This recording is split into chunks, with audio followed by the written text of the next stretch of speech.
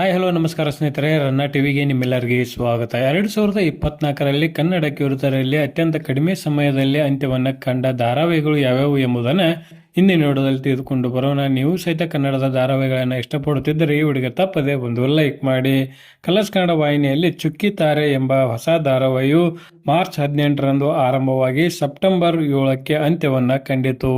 ಇದೇ ವರ್ಷ ಆರಂಭವಾಗಿ ಇದೇ ವರ್ಷ ಅಂತ್ಯವನ್ನು ಕಂಡಿದೆ. ಅದೇ ರೀತಿಯಾಗಿ ನನ್ನ ದೇವರು ಎಂಬ ಧಾರಾವಾಹಿ ಜುಲೈ 8ರಂದು ಆರಂಭವಾಗಿ ಸೆಪ್ಟೆಂಬರ್ 28ಕ್ಕೆ ಈ ಧಾರಾವಾಹಿಯು ಅಂತ್ಯವನ್ನು ಕಂಡಿತು.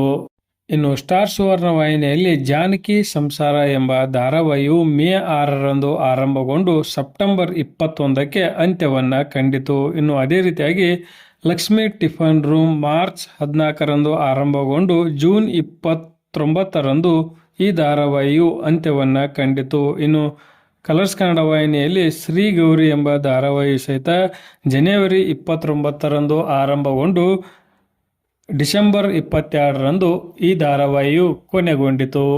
ಈ ಎಲ್ಲ ಧಾರಾವಾಹಿಗಳು ಇದೇ ವರ್ಷ ಆರಂಭವಾಗಿ ಇದೇ ವರ್ಷ ಅಂತ್ಯವನ್ನು ಕಂಡಿವೆ.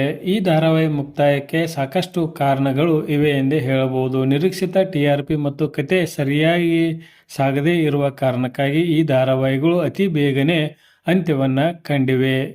ಇವುಗಳಲ್ಲಿ ನಿಮ್ಮ ನೆಚ್ಚಿನ ಧಾರಾವಾಹಿ ಯಾವುದು ಎಂಬುದನ್ನು ಕಮೆಂಟ್ ಬಾಕ್ಸಲ್ಲಿ ತಿಳಿಸಿ. ಧನ್ಯವಾದಗಳು. ನಮಸ್ಕಾರ. ಶುಭ ದಿನ.